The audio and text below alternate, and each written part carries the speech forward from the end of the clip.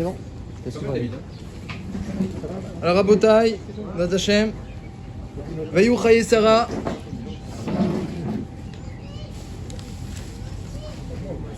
Mea Shana, Vetrim Shana, Vesheva Shanim, Shene Chaye Sarah. La paracha où un tzaddik qui s'en va, on l'appelle Chaye Sarah. Parce que les tzaddikim, Bemitatam, Nikraim Chaim, alors que les Reshaim, Bechayem, Nikraim Metim. Un rachat quand il est vivant, il s'appelle Met. Comme ça le dit la Gemara dans Brachot. Et que le tzaddik il s'appelle Chay. On le voit de Benayu, Ben Yehoyada, que le Tanakh appelle Ben Ishraï. C'était un grand tzaddik. Le matin il se levait, il cassait la glace pour se tremper dans le mikvé lorsque c'était nécessaire, lorsqu'il était kéri. Le Ben Ishraï, pas le Ben Ishraï le Posek, le Benayu ou Ben Yehoyada, le Ben Ishraï de l'époque de David Améler. Il cassait la glace, il se trempait dedans.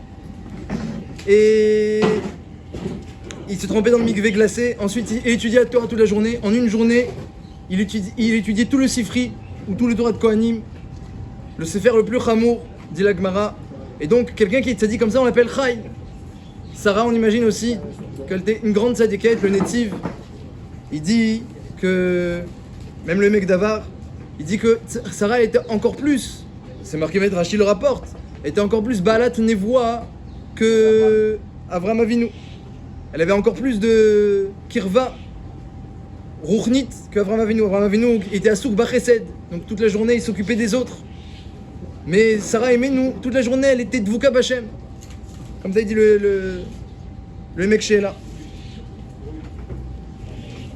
Donc Chaye Sarah, quand on est Davouk Bachem, alors forcément, comme il dit Rashi, les 127 ans, Kulam Shavim Letova, quelqu'un qui est tout le temps avec Hachem, alors c'est toujours heureux, agréable la vie. C'est quand la vie est triste que quand on est loin d'Hachem, quand on est rachok, alors là c'est difficile. Sarah était tout le temps avec Akadosh Baruch Hu. Avram Avinu il était tout le temps avec les autres. C'est aussi une forme de dvekut Bachem, c'est aussi une forme de... Quand on ressemble beaucoup à Akadosh Baruch Hu qui donne tout le temps, hein, alors on est aussi proche de lui. Mais c'est pas la même proximité que Sarah et nous. Et chacun complète l'autre Kamouvan. Alors dans la paracha de cette semaine, puisque maintenant, eh bien, Sarah est Niftara, alors Avram, et puis en plus Avram il a fait perdre son fils la semaine dernière avec la Kedat Yitzhak, alors c'est doublement le moment de trouver une femme à Yitzhak. Voilà, il a plus sa maman, et en plus, lui-même, Kimat, il a failli partir de ce monde célibataire, comme ça il rapporte Rashi. Donc Avram Avinu s'est rendu compte là, c'est le moment de trouver quelqu'un pour Yitzhak. Et dans le maftir de la semaine dernière, déjà, on nous annonçait que Betuel Yalad et Rivka, que dans la famille d'Avraham Avinu, il y a eu des naissances. Et donc peut-être qu'on pourra trouver là-bas un shidour pour Yitzhak. Alors Avraham Avinu, il fait venir Avdo, son fidèle serviteur, Zekan Beto, l'ancien de sa maison, à Moshe Bechol Asherlo, c'est lui qui dirige tout à la maison. Tu crois qu'Avraham Avinu il a la tête? À Moshe Bechol Asherlo, il a tout donné, il va dire tu t'occupes de tout. Moi je fais que Torah et Mitzvot. Il lui dit voilà, Simna Yatra Tachadirichi, mets ta main et jure-moi que tu vas prendre pour mon fils une fille qui ne sera pas de Kenaani, et là une fille de ma famille. Alors Eliezer, il a reçu une mission très difficile, et il s'en va vers le lieu de naissance d'Avraham Avinu pour trouver quelqu'un, mais il ne sait pas à qui s'adresser. Il ne connaît pas la famille d'Abraham, il ne sait pas non plus vers quelle branche. Alors il y a eu plein d'enfants, il y a eu plein de naissances, la Torah elle nous dit la semaine dernière. Il ne sait pas vers quelle branche s'adresser, il sait juste qu'il ne faut pas prendre une fille de Kinani. Alors il va, et il arrive à côté du puits. Comme le fait remarquer le Midrash, tous nos avot ont trouvé leur épouse proche d'un puits. Yitzhak, Yaakov. Et là-bas il ne sait pas quoi faire, alors il fait une prière à Kadosh Baruch Hu. Et il dit à Kadosh Baruch Hu, voilà, je suis devant le puits, il y a des filles qui sortent, mais moi je suis perdu, je ne sais pas vers qui me tourner, où aller. Alors s'il y a une fille qui vient maintenant et elle me propose de l'eau, ou quand je lui demande de l'eau, elle accepte, elle en propose également pour mes chameaux, pour être précis, alors je saurai que c'est la fille que tu as choisie pour Yitzhak. Donc il fait une prière à Hachem, il donne des simanim, prière très originale. La Gemara elle dit que c'est chez Kaogen, on fait pas une prière comme ça. C'est chez Kaogen, on demande pas à Hachem comme ça avec des simanim. Arrête, imagine que, dit le Midrash, que c'était une Kénaanite qui lui avait proposé de l'eau pour lui et pour ses chameaux, ou une zona qui aurait proposé de l'eau pour ses chameaux, comme des midrash. Là, c'est Sha'al Shelo Kaogen, Venena Kaogen. Il a demandé une prière incorrecte et Hachem lui a répondu correctement.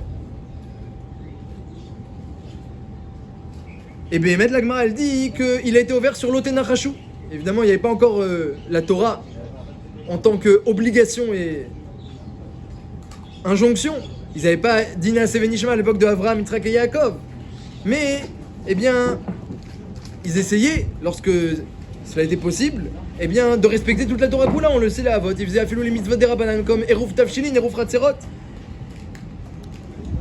Alors, dit la Gemara que, eh bien, Eliezer, il a été ouvert sur l'Otenachashu. C'est quoi ce Issour de l'Otenachashu? C'est le Issour qu'on pourrait traduire en français, un peu grossièrement, par la superstition. Superstition. Ça veut dire que tu fais dépendre une chose d'une autre. Si il pleut demain matin, je vais pas faire du commerce sur le fleuve. Et si mon parapluie il tombe de ce côté-là, c'est siman que je vais aller plutôt vers ce client qui est de l'autre côté. Et si le sel s'est renversé, alors je vais faire attention aux disputes, etc., etc. Lorsqu'on donne des simanim et qu'on fait dépendre l'avenir des simanim, c'est un issour de la Torah qui s'appelle l'Otenachashu. Ne faites pas de divination, de superstition on pourrait dire. Et c'est ce qu'il a fait Eliezer, dit la Gemara. Il a dit, si elle me demande de l'eau, elle me rose de l'eau pour moi et mes chameaux, alors c'est bon, je la prends pour Yitzhak. Il est ouvert sur l'Otenachashu. Évidemment, il n'était pas encore Metsouvé, mais nos sages ne se privent pas de nous enseigner ici une halakha. Que nous, on ne doit pas faire comme lui. Déjà, il a demandé de façon incorrecte, parce que qui t'a dit qui c'est qui va te proposer de l'eau, et en plus, il est ouvert sur un Issou. À notre côté, on voit qu'il n'a pas demandé n'importe quoi, Eliezer. Il a dit, elle me propose de l'eau, elle propose mes chameaux, elle a mis data chesed. On voit qu'Eliezer, il a dit, il faut une fille qui est réouillée de rentrer chez Avraham Avinu. Avraham Avinu, c'était l'homme de chesed, il faisait du chesed tout autour de lui, il était connu pour ça. Les 4 ouvertures de l'entrée de sa tente, 4 entrées, et tout celui qui passait, il repartait avec une langue de bœuf, même si c'était un simple arabe idolâtre. Donc il servait vraiment, eh bien, chacun comme des rois.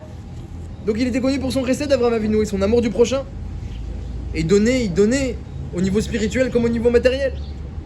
Donc Eliezer, il a proposé, eh bien, un test qui était lié à la midat chesed. Donc on pourrait dire que c'est une preuve d'intelligence de sa part, mais d'un autre côté, nos sages, eh bien, ils disent, il a été ouvert sur le Otenachashu, il a demandé, eh bien, une demande incorrecte. Donc il fait un peu, on essaiera de résoudre, eh bien, ce petit paradoxe, cette contradiction de est-ce que Eliezer, il s'est bien comporté dans sa mission ou non? Est-ce qu'il a bien cherché, il a été intelligent dans sa recherche, ou alors non, il s'est complètement trompé, mais que Minashayim Hashem, eh bien, il n'a pas voulu décevoir Avraham et Yitzhak, et il a quand même fait réussir la mission. On peut se demander, il y a un petit peu de tendance dans les paroles de nos sages concernant Eliezer. À part ça, Eliezer lui-même aussi, il y a une contradiction dans le personnage Eliezer lui-même. Est-ce qu'il est Zekan Beto à Moshel Bechol Asherlo? C'est Zekan Beto, le sage de la maison, l'ancien de la maison, à Moshel Bechol Asherlo, il dirige tout. La Gemara dit, le Midrash il dit quoi Moshel Bechol Asherlo? Il était Moshe dans les Yitzhara, comme Avraham Avinu. Il ressemblait, son faciès il ressemblait à Avraham Avinu.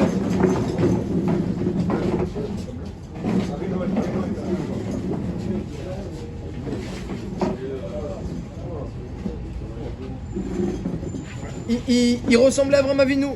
Il dirigeait son Yitzhara, il mettait Moshel, il contrôlait son Yitzhara comme Avraham Avinu. Zekan Beto, la Gemara dit dans Yoma, Daf Kafret. C'est quoi Zekan? Dit la Gemara dans Yoma, Daf Kafret, Amud Bet. Zaken Vyoshev Bishiva, il était Rosh Yeshiva Eliezer. Eliezer Rosh Yeshiva, imaginez. Donc, Dameshek. C'est quoi Dameshek? Il vient de Damas. La Gemara dit Dolé ou Mashke. Il buvait les paroles d'Avraham et il mashké, il abreuvait tout le monde des paroles d'Avraham Avinu. Donc imaginez la gadlout de Eliezer Rosh Yeshiva, Damesek, Dolé ou Mashke. Il ressemble à Avraham Avinu, il maîtrise son Yitzhara. Extraordinaire. D'un autre côté, il y a un passouk de Hoshea qui casse complètement Eliezer et qui dit dans le Perek Yudbet, Kenaan beyado mozne mirma la shok à Ev. Kenaan, ce Kenaani, il descend de Ham, il descend de Kenaan. Il y a qui ce que c'est Kenaan? Il y a qui ce qui descend? Il descend de Kenaan. Dans ses mains, une balance rusée, une balance tronquée. Il essaye de peser les choses, mais pas comme il faut du tout. Et la choc à Ève, il veut rouler, il veut arnaquer à Ève, celui qui est Aouvo chez l'Olam, que Yitzhak. Avram il a appelé Oavo chez Akadosh Baruch Hu. Avram, celui qui aime Hachem. Yitzhak, Ahuvo, celui qui est aimé par Hachem. Celui qui a Midat Chesed, il aime Hachem. Celui qui a Midat Ira, il est aimé par Hachem. Ahuvo chez l'Olam. Alors, eh bien, on voit que Eliezer, il appelait Kenaan, il descend de Kenaan. Mais il descendait de Kenaan, mais quand on l'appelle par cette racine-là, c'est qu'on vient le critiquer. Et puis il est rusé, il pèse les choses, mais il met pas les bons poids. Pourquoi? La Gemara explique. Le Midrash. Le Midrash dit parce qu'il avait une fille et il voulait marier sa fille à Yitzhak. Je suis Rosh Yeshiva, Abraham il est Rosh Yeshiva. C'est bien. Il n'y a pas non plus beaucoup de Rosh Yeshiva dans la région, à part Abraham et Eliezer. Donc c'est ma team. Et Abraham il a dit, t'es Harour, toi t'es maudit. Tu descends de Ham, tu descends de Kenam, toi t'es Harour, moi je suis Barour. Donc un Barour et un Harour ça colle pas. En Barour, Middabek be Harour. En Harour, Middabek be Barour. Donc il a dit, toi t'es maudit, moi je suis béni, ça sert à rien, laisse tomber. Et quand il a fait jurer, et surtout, tu me prends pas une fille de Kenaan. Il a fait jurer. Et Eliezer, il faisait des cheshbonot, des calculs pour prouver et réfléchir comment il peut prendre sa fille pour donner sa fille à Yitzhak. Il essayait.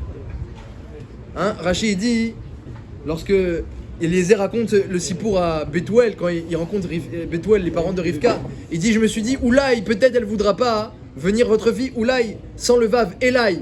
Elle voudra pas venir votre fille, et du coup, c'est moi qui vais récupérer Yitzhak. Comme ça, il dit Rachid.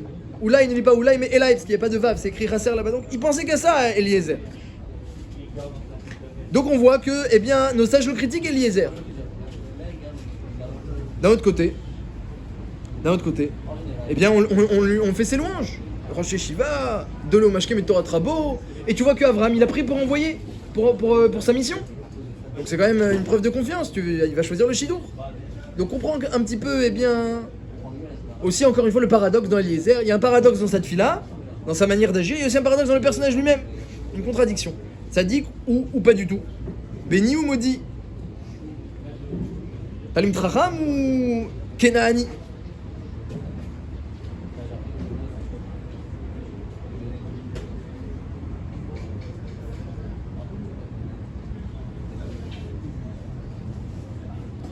Alors au début de la paracha, il y a un sipour intéressant. Au début de la paracha, ça a l'air de rien ce sipour-là, mais ça en dit long un petit peu sur c'était qui Avraham Avinu. Au début de la paracha, lorsque Avraham il essaye d'enterrer Sarah, alors il a trouvé Marat Amarpela, un endroit où il a vu là-bas une porte pour le Gan Eden. Avraham Avinu, lorsqu'il a reçu les Malachim, eh bien il y a une des Béma qui s'est enfuie, là-bas elle est rentrée à Marat Amarpela, il a vu que là-bas il y avait un accès pour le Gan Eden. Et donc il a dit c'est l'endroit, c'est le meilleur endroit où pourrait être Nikvar là-bas. Donc il a choisi cet endroit-là. Et donc au début de la paracha, il s'adresse à Ephron, il s'adresse aux gens de Chet, comme on l'a lu ce matin, et dit voilà, je veux enterrer Sarah dans Marat Amarpela, la grotte de Marpela. Dès que Avraham il a dit ça, Avraham était tellement chachouf, dès qu'il a dit ça, alors Ephron, qui était le propriétaire du Sadé, hop, il est monté en grade immédiatement, il est devenu quelqu'un d'important. Alors la Torah elle commence à nous raconter eh bien tout le Massa au Matan. Il y a mamash une discussion, plus qu'une discussion même, un business qui se fait entre Avraham et Ephron. Un Massa au Matan véritable. Alors il lui dit voilà je veux Marat Amarpela, je veux la grotte. Alors il lui dit mais tu sais le Sadé je te le donne. Le bête lui dit je comprends pas. Il a dit je veux la grotte. Ephron dit le Sadé je te le donne. Alors c'est vrai, Ephron, il parle beaucoup et même un petit peu il fait pas, Rachid rapporte. Ephron il parle beaucoup même un petit peu il fait pas. Donc il lui a dit, je veux il lui a dit à Abraham, je veux la grotte pour enterrer ça. Il lui a dit, le Sadé je te le donne. Pas la grotte, le Sadé je te le donne. Bah sauf, il lui a rien donné. Mais pourquoi il lui parle du Sadé, il dit le Beth Alevi. Et il explique le Beth Alevi qu'il y avait un petit victoire entre Abraham et Ephron. Abraham il voulait la grotte. Ephron il a dit, le Sadé je te le donne. Comment on comprend ça? Abraham il a très bien compris. Il a dit tu crois que je vais te vendre que la grotte sans le Sadé? Et à quoi vous allez marcher, vous allez aller là-bas faire des expédimes, des oraisons et visiter, etc. Et tu crois que après moi mon Sadé je peux l'utiliser? Le Sadé entier je te le donne. C'est-à-dire c'est un tout. Ou tu prends tout ou tu prends rien. Bon alors là, Abraham il a entendu. Mais Ephron il dit ça joliment. Je te donne tout le Sadé. C'est-à-dire la grotte déjà, n'y pense même pas à la grotte. Impossible, c'est un package. Alors Abraham il a compris déjà qu'il fallait maintenant acheter le Sadé. Il dit bon la bécédère alors mais laisse-moi te payer. Mais comment me payer? 400 shekels, qu'est-ce que c'est entre nous? Comment te payer? Abraham Avinu l'a compris. 400 shekels. Ah, il sort, et pas juste 400 shekels, au vers la soirée, il donne les meilleures pièces. Pourquoi la Torah nous décrit ce Massa au matin?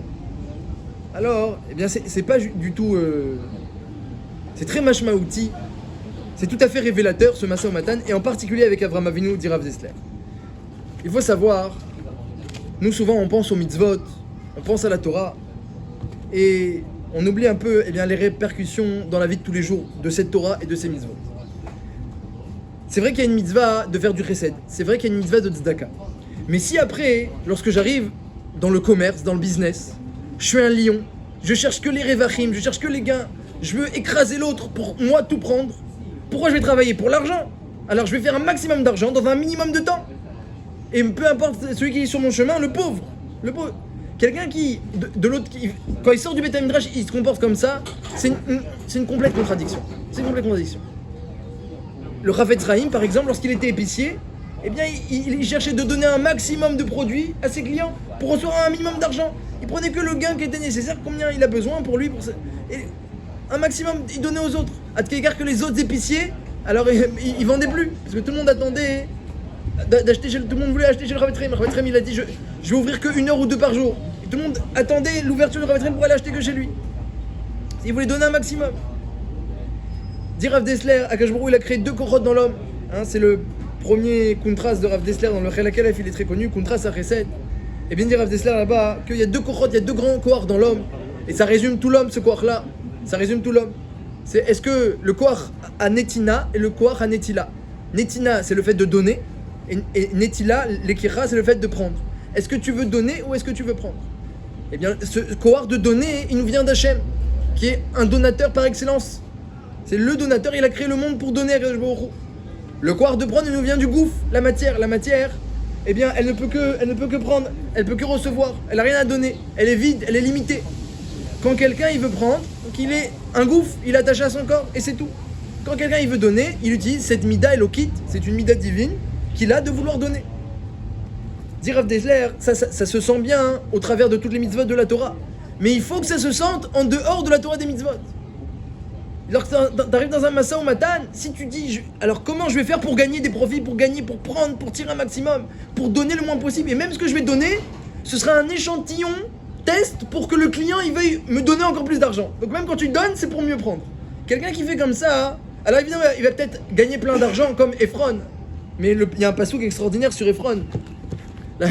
Ephron il a fait toute sa manigance pour au final vendre son sadé et pas juste la grotte, et il a vendu à un prix, le Midrash il dit que c'était bien plus cher que ce que valait un sadé à l'époque. Et en plus Abraham Avinu il a payé avec Over la Sorer avec les cycles les plus puissants. Donc il a gagné un maximum d'argent. On pourrait dire que c'est extraordinaire. Ephron il a fait une super affaire. Et bien il y a un passouk qui a été dit dans la Torah, dans le Tanakh, spécialement pour Ephron. Qu'est-ce qu'il dit le passouk? Le passouk il dit Nival Leon Ishra Ain. Il est étonné, il est émerveillé, étonné, épaté par l'argent. Celui qui a un œil mauvais, un œil qui veut prendre. Velo Yeda, il ne sait pas, qui chaser Yevoenu, il finira manquant. Regardez comment elle dit la Torah. Quelqu'un il veut prendre, il finira manquant. C'est une promesse de Shlomo Améler dans Michelet. Et la Torah Adkedekar que Ephron, qui a un vav dans son nom, à la fin de la paracha, il s'appelle Ephron sans le vav, il a fini Chasser. Il n'est pas écrit Malé, il écrit Chasser. La Torah elle écrit Chasser pour te dire, c'est ça qui attend celui qui agit comme ça. En apparence, c'est vrai, dans ce monde de mensonges, en apparence, il a 400 cycles d'argent dans la poche. Mais regarde comment Avraham Avinu va finir, et si on pouvait, regarde comment Ephron il va finir. Il finira manquant. Et la Torah, elle a déjà, dès lors, elle a écrit Chasser, parce que c'est ça qu'il attend. Quelqu'un qui s'attache à la Mida d'Hachem, il peut que finir gagnant.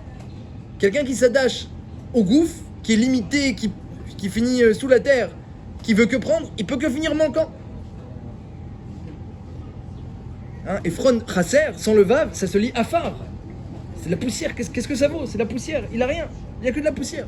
À la limite, quand il avait le vav, il avait quelque chose encore, une lettre d'Hachem. Maintenant, qu'est-ce qu'il lui reste? Afar, il lui reste. Il ne reste rien. Ce qu'il a fait finalement mal. Ephron, il a clairement rien fait de mal. Il a juste essayé de tirer un maximum d'argent de Avraham Avinu. Alors, à l'extérieur, il est gêné, je veux te donner, je veux le sadé, je te le donne. Déjà, il n'a pas demandé le sadé. Le sadé, je te le donne, dit le Beth Alevi. Ça veut dire, je veux pas te donner la grotte sans le sadé, tu vas marcher, tu vas me piétiner mon sadé, c'est hors de question. Déjà, lorsqu'il parle comme ça, tu comprends bien qu'il ne s'agit pas de quelqu'un qui veut donner. C'est quelqu'un qui veut prendre. Il n'est pas prêt à laisser son sadé piétiner. Donc, si on parle d'un massa ou matan, d'un kinyan, ce sera tout le sadé ou rien du tout. Tu comprends à qui tu es. Mais attention, je te le donne. Alors évidemment, en face de tout le monde, il va pas. En plus, il avait été lu Bisrout Avram Avinu. Il va pas non plus se montrer un requin. Mais il laisse sous-entendre toutes sortes de choses. Déjà le prix, il a pris un prix exorbitant. Et il le dit comme ça, mais qu'est-ce que c'est entre nous? Je vais pas te le vendre, qu'est-ce que c'est entre nous? Il essaye que de prendre, Ephron. C'est quelqu'un qui essaye que de prendre. Avram Avinu, au contraire, c'est quelqu'un qui essaye que de donner. Et quand on est en face de quelqu'un comme ça, et qu'on comprend qu'il veut prendre, alors il faut... C'est un peu bouc émissaire, il faut lui donner, tu donnes maintenant, et tant pis qu'apara, pour mieux recevoir plus tard. Un 400, on sait que c'est pas un chiffre positif dans la Torah, 400, il y a des 400 cycles. Les 400 hommes de Esav, les 400 tonneaux de Yalta, c'est le Tav, c'est la lettre la plus grande Tav, 400. Ça veut dire que c'est le contraire du Ihoud. Il y a Aleph, c'est la chose la plus unique, le Aleph, et le Tav, c'est la chose la plus dispersée dans la Torah. Donc c'est à l'opposé de l'unité d'Hachem, le 400. Mais lorsqu'il faut donner à ces gens-là, il faut donner, tant pis. Ne cherche pas. Quand par exemple Avram Avinu était en face de Paro ou de Avimelech en face de roi, qui au contraire, le kavod du roi, c'est de donner à ses citoyens. Un roi, il nourrit tout le monde, il donne largement à ses citoyens. Bémet Avram Avinu, il a reçu de Avimelech et de Paro. Lorsqu'il y a des moments dans la vie où on peut recevoir, lorsque c'est cachère, lorsque c'est le kavod de l'autre, lorsque l'autre ne paie rien parce que de toute façon c'est un roi, il possède tout, il est immensément riche, c'est moutard de recevoir. Mais lorsque tu es en face de quelqu'un comme ça, alors il faut aller dans son sens, Et même dans son métier, lorsqu'on est dans son métier, on rencontre des gens qui aussi, ils cherchent leur intérêt, il faut les aider, il faut faire du chesed. Il ne faut pas avoir un œil malsain. Ça c'est le yesod de Rav Dessler qui dit que la Torah et les mitzvot, elles nous enseignent la bonté, mais il faut que ça ressorte à l'extérieur. Parce que comme on l'a dit la semaine dernière, un homme il est influencé par ses actions. On a bien développé ça la semaine dernière. Et donc si un homme à l'extérieur dans son métier, il cherche que à prendre, à gagner, à être un requin, sa Torah, qu'est-ce qu'elle voudra après? Ce sera aussi une Torah de requin. Il pourra pas ressembler à Kadosh Baruch Hu, ça pourra pas rentrer en lui véritablement. Ça c'est le yesod de Rav Dessler. Combien il faut être prudent dans son commerce, dans son business. Et puisque maintenant on arrive à ce sujet-là, de faire rentrer la Torah en nous, à Tkedekar, que même dans le domaine profane, dans le business, dans le métier, tu es épicier comme le Chafetz Chaim, tu cherches que à donner. Non, tu es épicier, non. Chaque moment de la vie, c'est une occasion de mieux ressembler à Hachem, de mieux donner aux autres. Alors quelqu'un qui agit de cette manière, évidemment que la Torah, ça va pas seulement être une pratique, mais ça va rentrer en lui. Et là maintenant on arrive au problème de Eliezer, dit le Ran. Le Ran dans ses drachot, il dit que Eliezer, il y avait un gros problème. On sait qu'il descend de Ham, il descend de Kenaan, il dit que c'était Canaan lui-même. Tout au moins il descend de Kenaan. Et on l'appelle Arour le maudit. Dit le Ran dans ses drachot, dans sa dracha Hamishi, que la notion de maudit dans la Torah, ça veut dire quoi? Ça veut dire que Ham, Kenaan et tous leurs enfants, ils ont des midot raot. Ils ont des mauvais traits de caractère, des mauvaises tendances. C'est ancré en eux une netia, un penchant pour la gashmiout, pour la matière, pour le fait de prendre, d'être égoïste, de penser qu'à soi, de tromper l'autre. On l'appelle Kenaan Mosne Mirma, le Kenaani qui a une balance trompeuse. Il veut tromper, il veut prendre. Alors Eliezer, il a fait un travail exceptionnel. Dans ses actions, il ressemblait à Avram Avinu, Rosh Shiva. Dans sa parole, il ressemblait à Avram Avinu. Dans son faciès, il ressemblait à Avram Avinu. Mais à l'intérieur, il est Arour, il est maudit. Ah mais qu'importe. Le problème c'est que Avram Avinu, il n'est pas en train juste de chercher à avoir des petits-enfants pour Yitzhak. Il cherche à fonder le clan Israël par Yitzhak. Qui est Yitzhak, qui est Karel et Chazara. Et dit le Ran un grand chidouche. Quand quelqu'un il est tzaddik, il est rachat, il a une âme élevée, ça passe pas aux enfants. Comme ça il dit le Ran. Les midot, l'élévation du nefesh spirituel de l'homme, elle traverse pas aux enfants parce qu'il dit le Ran, en nefesh ze kashur les eklal. Akash Baruch Hu, il peut envoyer une neshama comme fils d'un homme qui a une autre neshama qui n'ont rien à voir. En nefesh ze kashur les nefesh zeklal. Mais quelque chose qui est dans le gouffre, quelque chose qui est rentré profondément dans l'homme, jusqu'à que c'est en lui, ça fait partie de sa personne, de son gouffre. Trounot à gouffre, les midot, il appelle ça trounot à gouffre. Les traits de caractère du gouffre lui-même. Est-ce que ce gouffre-là, il a envie de donner, il a envie de prendre? Il est nerveux, Comme fait dit le Ran, il dit est-ce qu'il est nerveux, coléreux, jaloux, avare, à la recherche des profits et des gains? Ça, c'est des trous notes à gouffre, dit le Ran. Et ben ça passe aux enfants. Donc Eliezer, aussi élevé soit-il, Rosh Yeshiva, Talmid Chacham, très élevé, Baruch. Mais ces petits-enfants, on ne sait pas qui ce sera. Et Avraham a venu les Doeg. Quels sont les enfants qui vont sortir de la fille d'Eliezer avec leur midot? Et Noach les a maudits. Donc c'est pas rien. Et moi je cherche maintenant, eh bien, à faire une lignée du clan Israël qui sera Baruch. Comme elle dit la Gemara dans les Bamot, il y a Shlosha Simanim, Leuma Akdosha. Il y a 3 signes pour ce peuple Kadosh. Baishanim, Rachmanim, Gomle Chassadim. Ils sont pudiques, honteux, ils ont honte, ils sont pudiques, timides. Rachmanim, ils ont de la compassion. Gomle Chassadim, ils font du chesed. C'est dans leur midot.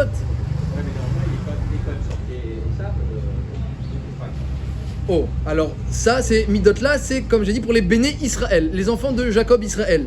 Mais de Avram Yitzhak, non. Il y avait besoin, dit le Zohar, d'une épuration. Il y avait des choses encore. Avram, il descend de Terrar. Il n'était pas d'une lignée bénie, Avram. Lui-même, il était béni, mais sa lignée, elle n'était pas bénie. Donc il y avait encore en lui, eh bien, du psolète. C'est passé chez Ishmaël. Chez Yitzhak, il y avait encore du psolète, c'est passé chez Esav. C'est que les béné Israël sur lesquels les Shloshah Simanim. Parce que Abraham, il était Baruch par Hachem, il était béni, même s'il n'était pas encore apte à fonder le clan Israël lui-même, il était béni. Alors que Kenan, il était Kol Kulo, descendant de. Eliezer était Kol Kulo, descendant de Kenan et de Ham. Donc c'était pas du tout la même proportion. Abraham, il manquait une certaine épuration. Mais Eliezer, c'était Birklal. Il devait enfanter une autre Ouma, Birklal. Les Kenani, une autre Ouma. Alors on sait que Kenaan, les gens qui vont descendre de Eliezer et de Kenaan, en tout cas de Kenaan tout au moins, qui vont remplir la terre de Kenaan, Eretz Kenaan, c'était les moins humains du monde entier. La terre de Kenaan, c'était la plus tamée. Elle a vomi ses habitants. Akash Baruch exprès, il a envoyé les Kenani là-bas sur Eretz Israël pour que ce soit facile de les faire sortir de là-bas. C'était une Ouma terrible, les Kenani. Alors voilà. Alors les mitzvot positives, alors si c'est une élévation de la personne, une personne élevée, ça passe pas forcément, ça passe pas chez les gens du Loran. Mais si c'est rentré dans le gouffre, c'est devenu trop note à gouffre. C'est-à-dire que quelqu'un il a envie, il aime faire du chesed, faire du bien à l'autre. Son intérêt il le met de côté. Quand Hachem voudra m'envoyer mon intérêt, il l'enverra. De toute façon à Rosh Hashanah tout a été fixé. Donc ça sert à rien de vouloir gagner plus que ce que Hachem il a fixé à Rosh Hashanah. Ce qui a été fixé, ça arrivera. Et si c'est comme dans l'histoire de la Gemara, dans Mavatra, que il manquait encore quelques zouzim qui n'étaient pas arrivés, Hachem, veille de Rosh Hashanah, 1 heure avant, il t'envoie tout ce qui manque. Pour compléter ce qui a été fixé. Ne t'inquiète pas. Donc tu n'as pas besoin de chercher à être un Kenaani pour cela. Donc quand ça rentre dans le corps, c'est trop note à gouffre, c'est-à-dire qu'un homme il a tellement travaillé sur lui, agi dans ce sens-là, que c'est devenu une seconde nature. Oui, ça passe aux enfants. Mais lorsque c'est seulement une élévation, quelqu'un qui a compris et il agit et pratique, ça passe pas encore aux enfants. Eliezer Bémet à la fin de la paracha, c'est marqué Bo Beruch Hashem. Bethuel lui a dit Bo Beruch Hashem, et c'est marqué dans le Midrash qu'il est sorti Miklal Harour, et il est arrivé Miklal Barour, mais c'était après qu'il ait trouvé Rivka. Donc à la fin de la paracha, il m'a dit il est devenu Barour. Bon, sur sa fille, il n'y a pas marqué est-ce qu'elle est devenue Barour ou pas. Mais sur lui, c'est marqué. Il est devenu Barour, il est sorti. Mais ça, c'est seulement après avoir surmonté cette épreuve-là. Il y avait cette épreuve-là de trouver le Shidour pour Yitzhak, c'était très dur pour lui. Il a surmonté Béhémet, alors là, il est sorti Miklal Harour. Mais c'est très difficile de faire rentrer dans le corps ces midot tovot, c'est très difficile. Il y a un midrash, il y a le Kout, qui dit que Eliezer, il a tellement travaillé sur lui-même pour faire rentrer les midot tovot dans le corps, qu'il est rentré au Gan Eden vivant. Comme ça c'est marqué. Vivant au Gan Eden. Avec son gouffre, vivant au Gan Eden. Comme le midrash dit. Qu'est-ce que ça veut dire? Ça veut dire que pour lui, il y avait un travail immense à faire. Il fallait faire mamash rentrer la Torah, les mitzvot, les midot tovot dans le corps. Mais il a réussi. Sauf à Paracha, il a réussi. Bo Beruch Hashem. Ah, mais ça veut rien dire alors maudit, puisqu'on peut être béni derrière. On a l'impression que la malédiction, c'est quelque chose. C'est-à-dire, Eliezer, il a fait un travail surhumain. Et les Kenani, ils ont eu encore pendant très longtemps la malédiction. Tous les descendants de Ham, Eved, Avadim, Ié, les Shem, Veyafet, ils ont eu pendant longtemps la malédiction. Lui, il est sorti la malédiction. Est-ce que ça veut dire que tous ses descendants et tous les Kenani, ils sont sortis? Al-Kolpanim, il a fait un travail surhumain. Eliezer, c'est un prénom Kadosh. Et combien il y a de Rabbi Eliezer? Ce qui prouve bien que c'est quelqu'un de Kadosh. Mais en tout cas, Abraham Avinu, il savait que aussi grand soit-il, c'est pas avec lui qu'on peut fonder le clan d'Israël. Donc on a un petit peu compris la contradiction. Et maintenant, en ce qui concerne, la contradiction sur Eliezer, elle est résolue, c'est que dans les actions, il était parfait. Dans les midot, il y avait encore du travail parce que Midot, c'est le travail d'une vie. Comme dit le Gaon de Vilna, il disait si ce n'est la voda de Midot, la Mali Chaim. Pourquoi je vis si ce n'est pour travailler sur mes Midot? Midot, c'est les mêmes lettres que Tamid. Ça veut dire que quand quelqu'un a les Midot, Tamid, tout le temps il est face à elle. Rav Pinkus il disait que les problèmes de Avodat Hashem, les problèmes dans la Torah et les mitzvot, ces défauts on va dire, les défauts de Rav Pinkus, il disait à son sujet, que j'ai à 18 ans, 19 ans, j'ai les mêmes à 60 ans. Il a encore les mêmes problèmes, mais à un niveau plus fin, dans d'autres situations. Midot, c'est Tamid. Pour changer les Midot, c'est plus facile, disait Rav Israël Salanter, de finir le chasse que de changer une Mida. Donc c'est une grande avoda. Évidemment, on ne peut pas compter sur ça, les Khatrila, et donc il préférait Avraham Avinu prendre une fille de sa famille. Ça, c'était le Chashbon de Avraham Avinu concernant Eliezer. Eliezer également, il était conscient de ça, et Badaï, ça faisait partie de sa mission d'accepter la réalité. Et donc, eh bien, il lui faut une fille qui correspond à Avraham Avinu. Mais comment tu vas vérifier maintenant si cette fille-là, elle a, eh bien, tout au fond d'elle, des midot tovot ancrées en elle, dans son gouffre, trou note à gouffre, un effet je vais à gouffre, comment tu peux vérifier? C'est invérifiable. Même si elle fait du chesed à l'extérieur, ça te prouvera pas de qui elle est. Eliezer, il faisait sûrement plein de chesed comme Avraham Avinu, et pourtant il était maudit. Sur ça, la Gemara, elle dit, Eliezer, sa demande, elle est incorrecte. Tu arrives en face d'un puits, tu dis celle qui me donne de l'eau à moi, à mes chameaux, c'est elle la femme réservée pour Yitzhak. Eh bien, c'est une demande incorrecte.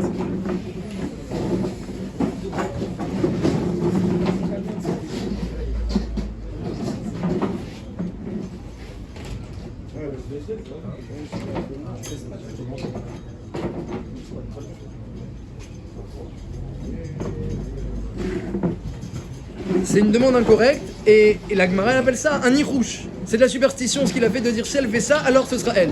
Pourquoi? Parce que Eliezer il savait que ça suffira pas pour vérifier. Quoi? Est-ce que je vais vérifier? Est-ce qu'elle est apte à rentrer dans la famille de Abraham parce qu'elle a fait du chesed et elle a même surenchéri. Elle a donné de l'eau et au chameau elle a surenchéri. Évidemment que extérieurement c'est très joli et appréciable, mais on peut pas vérifier avec ça le fond de l'âme d'une personne. C'est pour ça que Bémet, c'est une demande eh bien, de superstition, ça s'appelle dans la Gemara, un nirouche. Si elle fait ça, c'est elle. Et si mon parapluie tombe de ce côté, c'est pas elle. Ça s'appelle une superstition ce qu'il a fait. Évidemment, il l'a fait al derer haresed, il l'a fait avec sagesse, parce qu'il était intelligent. Mais il savait lui-même que c'était pas suffisant. Donc il a compté sur un siman. Il a compté sur un signe d'Hachem. Et on n'a pas droit de nous de demander des signes à Hachem si ça se passe comme ça, si ça se passe comme ça. On n'a pas droit de faire comme ça. On n'a pas droit d'agir ainsi. Mais, eh bien, en tout cas, on voit que Eliezer, il était conscient.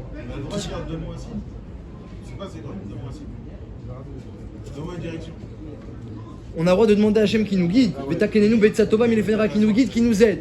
Maintenant, quand il te donne un signe, qui te dit si Hachem tu demandes un signe, qui te dit que c'est le bon signe et qui te dit que tu l'as bien interprété? Beder Achlal, eh bien, ce qu'il faut, c'est Merov Yoetz Teshua. C'est parler à des gens qui étudient beaucoup la Torah et qui savent qu'est-ce que Hachem il attend de toi et qui savent analyser. Et quand il faut trouver des amis, Talmidei Chachamim, des grands Chachamim, il y en a. Il faut chercher, il faut trouver, c'est pas facile, mais il faut chercher, il faut trouver. Et ensuite, et pas juste un, Rov Yoetz, tu en rencontres plusieurs. Et tu discutes, et tu compares, et tu réfléchis. Et à ce moment-là, tu t'appelles Dorché Hachem. Tu t'appelles celui qui recherche Hachem. Mais un signe, c'est un peu facile. Tu veux le signe, ah voilà. Il y a le signe, allez, c'est bon, on est bon, on peut signer. Le Beth Lévi dit quand même que le signe qu'il a demandé Eliezer, il était quand même chacham. Parce que il voulait voir Eliezer lorsqu'il va demander à boire d'une cruche. On boit pas d'une cruche. Il va demander à boire d'une cruche. On boit dans un verre. Il va boire de la cruche. Ensuite, toute l'eau qui va rester dans la cruche, qu'est-ce que tu vas faire avec? Si elle l'emmène à la maison, alors elle sait pas faire du chesed à la maison. Elle amène une cruche qui a été bu par un inconnu. Si elle la jette par terre, elle lui fait honte devant lui. Alors qu'est-ce qu'elle va faire? Alors si elle a un bon cœur, elle va dire bon allez, c'est l'occasion, je vais donner à boire à tous les chameaux. Puisque de toute façon il reste de l'eau, et c'est pas grave, je vais rajouter encore. Donc le Beth Lévi il dit qu'il y avait de la chorma, il y avait de la finesse dans ce signe. Avaladain zelo maspik. Pour vérifier les midot, zelo maspik. Il faut voir le fond de l'âme d'une personne, ça suffit pas. Et donc dans ces cas-là, eh bien, il pouvait pas être sûr de son choix, et ça s'appelle quand même de la divination, du nirouche, ce qu'il a fait.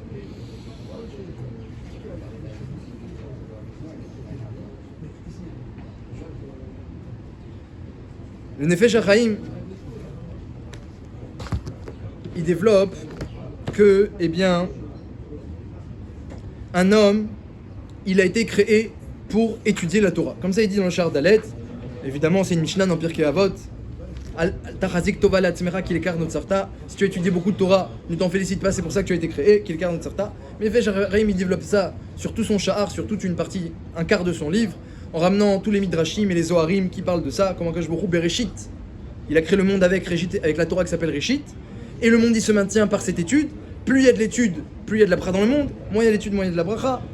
Et chaque ridouche de Torah qui est dit, Akadosh Baruch Hu, il l'utilise pour faire tenir les cieux, les sphères célestes et les sphères des sphères, etc. et pour amener tous les flux sur terre. Et lorsqu'un homme, eh bien, il diminue son étude, alors au contraire, alors ça entraîne des tsarot. Et que l'homme lui-même, il se parfait en étudiant la Torah. Il arrive à la perfection de sa personne. Un homme qui étudie la Torah, ça vaut toutes les mitzvot, ça veut dire quoi? Ça veut dire que ça parfait l'homme, ça le complète et ça le parfait comme s'il faisait les 113 mitzvot en même temps. Comme ça explique le Nefesh HaChaim. C'est quoi c'est pas seulement un salaire. Il n'y a pas de salaire gratuit dans la Torah. Si on te donne un salaire lorsque tu étudies comme si tu faisais les 113 mitzvot, c'est que ça te fait l'effet sur toi des 113 mitzvot. Comme ça dit le Nefesh HaChaim. Et il ramène évidemment de nombreuses preuves à ce fait. Et la Gemara dans Baba Batra, elle dit que Iyov, il a voulu dispenser le monde entier de Midat Hadin. Il a dit c'est fini, ça sert à rien, on peut pas juger le monde. Pourquoi? Parce que Hachem, tu as mis des midot. Tu as mis des midot dans l'homme. Midot, on se comporte avec ces midot là, tamid, comme leur lettre l'indique. Donc, on a des midot, on se comporte selon nos midot. Comme ça, il a dit Iyov, il a voulu dispenser le monde entier Midat Hadin. Le Ran, Bémet, il parle de ça, lorsqu'il parle des midot qui sont transmises. Il dit que Bémet, quand même on a le libre arbitre, il dit le Ran. Et quand même on a le libre arbitre. Mais Iyov, il a remis en question ce quand même. Hatkama qu'on a des penchants et des prédispositions, alors c'est un libre arbitre qui est bien beaucoup plus fin que un libre arbitre standard. Puisqu'il y a des choses qu'on a envie de faire, des choses qu'on n'a pas envie de faire. Alors les Chaverim de Iyov, ils lui ont dit Atatofer ira, tu es apikoros lorsque tu dis ça. Pourquoi? Il dit parce qu'il y a l'imoud Torah. Comme ça ils lui ont dit les Chaverim de Iyov. Iyov tout le temps il avait, même dans les pires situations, Akadosh Baruch Hu lui a laissé ses amis. Hachem il a tout enlevé à Iyov mais ses amis lui a laissé. Ça on a besoin des amis. Donc ils sont venus les amis, ils lui ont dit t'as un problème, tu as oublié l'imoud Torah. C'est-à-dire que Bémet, les midot, elles nous poussent vraiment vers un chemin, mais on a l'étude de la Torah. Et grâce à l'étude de la Torah, et Tofer ira, dans le passage c'est marqué aussi la crainte, grâce à l'étude de la Torah et la crainte du ciel, on peut aller à l'encontre, comme il le faisait Eliezer Bémet. On peut aller à l'encontre et même corriger nos midot apparemment. Apparemment l'étude elle pourrait corriger les midot, comme ça dit Rav Ben Sena Bashaoul de cette mara-là. On voit que l'étude elle corrige les midot. Donc on a cette étude de Torah qui apporte de la bracha à l'homme, qui apporte un changement des midot et qui apporte une bracha dans le monde. La couchia elle est que le fils du Nefesh HaChaim qui a sorti le livre de son père, dans l'introduction, il dit je vais vous dire le secret de la création de l'homme, il dit le fils du Nefesh HaChaim, mon père me l'a dit. Le secret de la création de l'homme, le secret de son rôle sur terre c'est quoi? C'est de faire du bien aux autres. L'onivra Adam el Elohim lacharini. Le secret de la création de l'homme c'est faire du bien aux autres, de limiter son intérêt à lui pour multiplier l'intérêt de l'autre. C'est pour ça qu'il a été créé. Est-ce qu'il va réussir le combat de limiter le koach alekira, cette force de vouloir prendre que son corps crie en permanence, et faire grandir cette force de donner qu'il a reçue d'Hachem et qui est dans son âme. Lo nivradam le echarim. Alors j'ai vu que le Rav David Cohen, le Rosh Yeshiva de Hebron, il demande que cette introduction de Nefesh HaChaim, elle contredit tout le livre. Tout le livre de Nefesh HaChaim, il explique que le monde y tient sur l'étude de la Torah, sur la prière, et en particulier sur l'étude. Et maintenant on nous dit quoi? On nous dit dans l'introduction que le Nefesh HaChaim lui-même il aurait dit à son fils que le secret de l'homme c'est le chesed, faire du bien aux autres. Il y a une petite contradiction. Et il répond, Rav David Cohen, le Rosh Yeshiva de Hebron, que, encore une fois, il y a tes actions et il y a tes midot. Il y a ce que tu fais et il y a ce que tu es. Prenons l'exemple d'Hachem.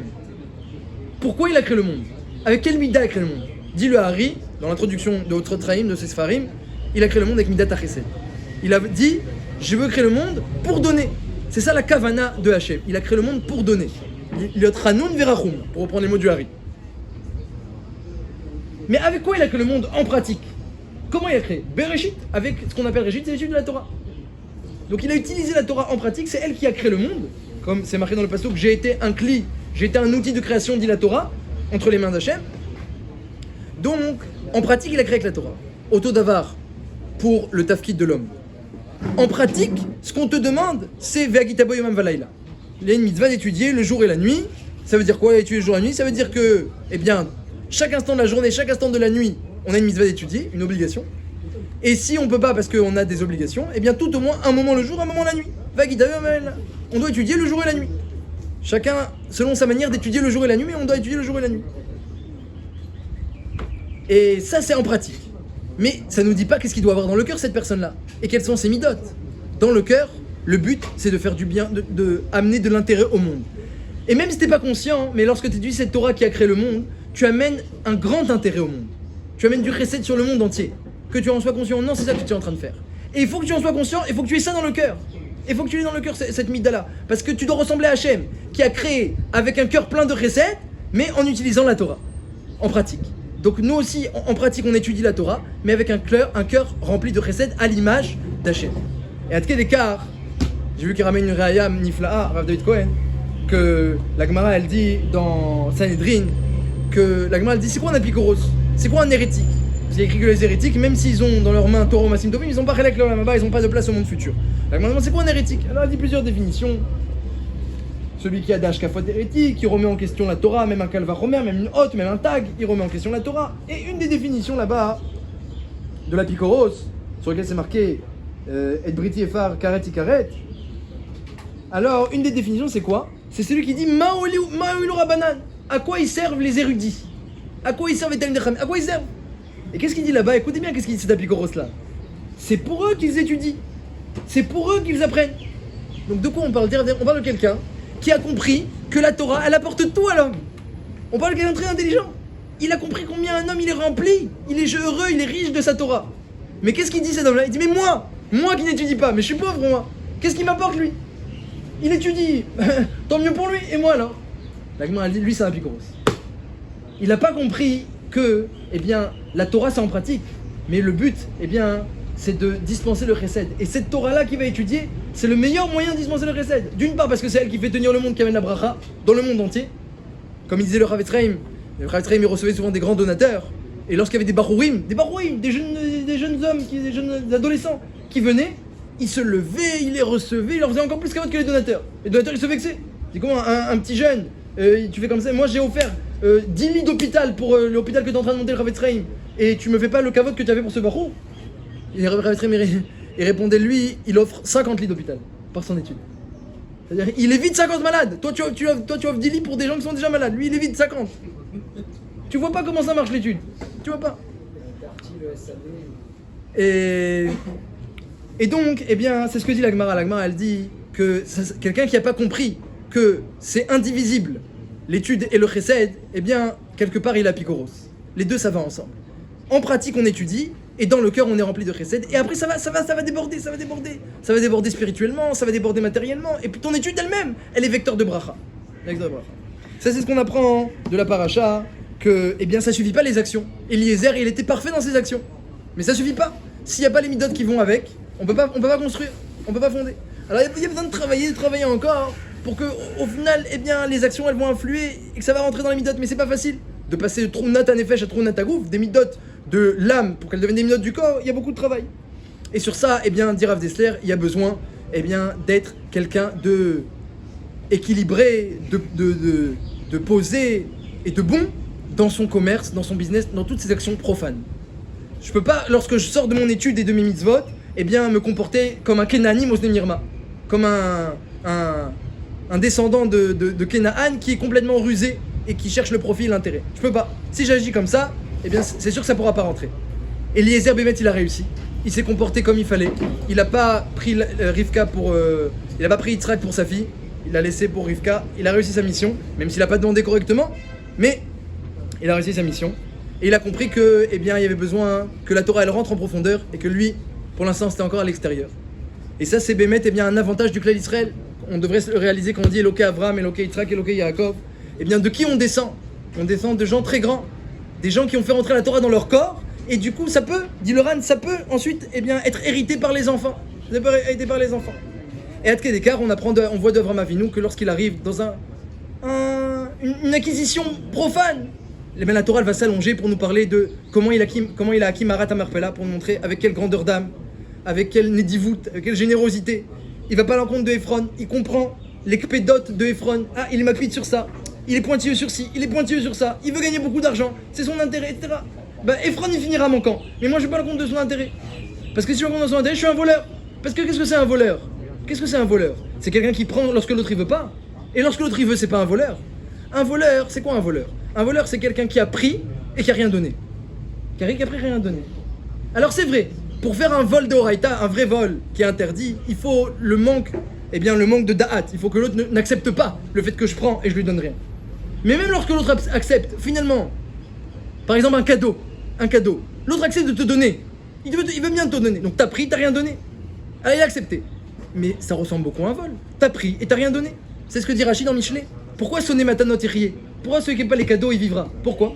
Parce que c'est quelqu'un qui s'éloigne du vol, dit Rachid. Parce que finalement, recevoir sans rien donner, même si c'est avec l'acceptation de l'autre, eh bien c'est pas loin de voler. Et pareil dans le business, lorsque tu es tout le temps en train de prendre et de donner un minimum, et que l'autre il est macpide, mais t'as pas fait attention qu'il est macpide, tu t'en fiches qu'il est macpide, avec que tu vas gagner de l'argent. Eh bien même si on n'est pas dans une transgression de vol Gmoura, mais on n'en est pas loin. Dans le fond, dans le tochen, dans la pnimiut advarim, tu essayes de prendre un maximum, sans rien donner, sans travailler, sans vouloir fournir d'efforts, et sans vouloir donner à l'autre. Le derech hatov, c'est toujours vouloir prendre le minimum et donner le maximum. Lorsque tu es en train de prendre un maximum et donner un minimum, alors alvaï déjà qu'on fasse pas d'interdit, qu'il fasse pas d'interdit cet homme-là, mais vadaï qu'il est mitrachek des midot gdoshot de Avraham, Yitzhak et Yaakov.